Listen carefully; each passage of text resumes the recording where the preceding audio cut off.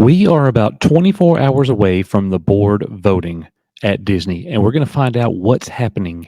The conclusion basically of this proxy war, this potential hostile takeover of the Walt Disney Company could happen, but that might not even happen if Nelson Peltz is awarded a seat. Now, there's an update to this story, and it just broke today on Variety. Disney's board candidates pull ahead of activist investor Nelson Peltz with more than half of the votes cast. So we're halfway in the voting process.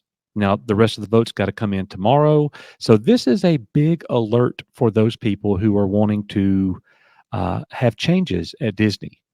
It's really simple. Do you want changes or do you want more of the same?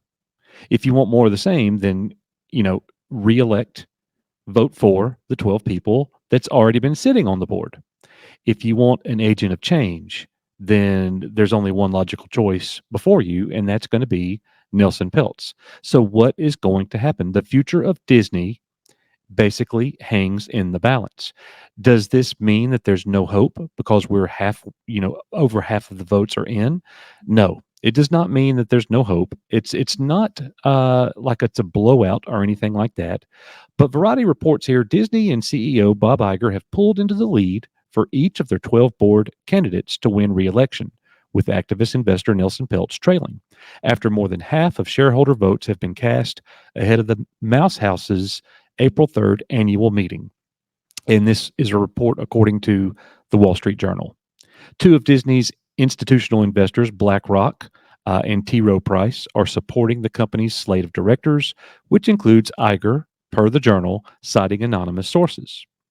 Now, what we also know is that we don't know how much of a lead the 12-member board slate that Disney has actually have right now.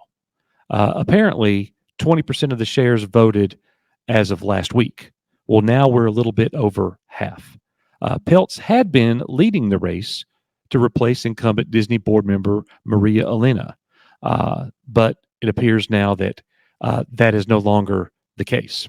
Reps for Disney, Tryon, and T. Rowe Price did not respond to comments, or request for comments, rather, and a BlackRock spokesman also declined to comment.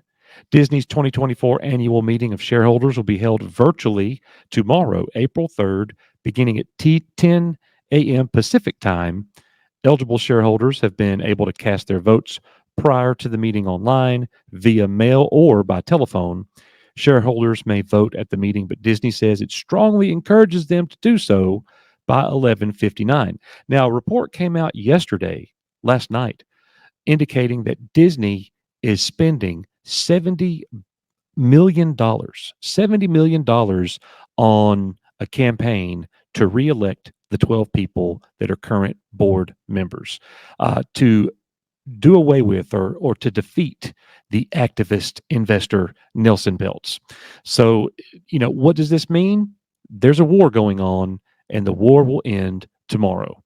The war for Disney's future, and here's the thing. If they don't have Nelson Peltz come in, if there is no agent of change at all at Disney, then it's going to continue to go down. It's going to continue to lose subscribers to Disney Plus. Their content is going to continue to inject the message or its agenda, its political leftist agenda. That's what Disney is, instead of just good, wholesome family entertainment that it once was. So that's fine. If that's the route that the voters go, it's a terrible decision, and most of the shareholders are probably making the decision based on what they think makes the most financial sense, not necessarily what's best for the company in the long run, or the long term. So anyways, unfortunate news here, but we'll see tomorrow what happens.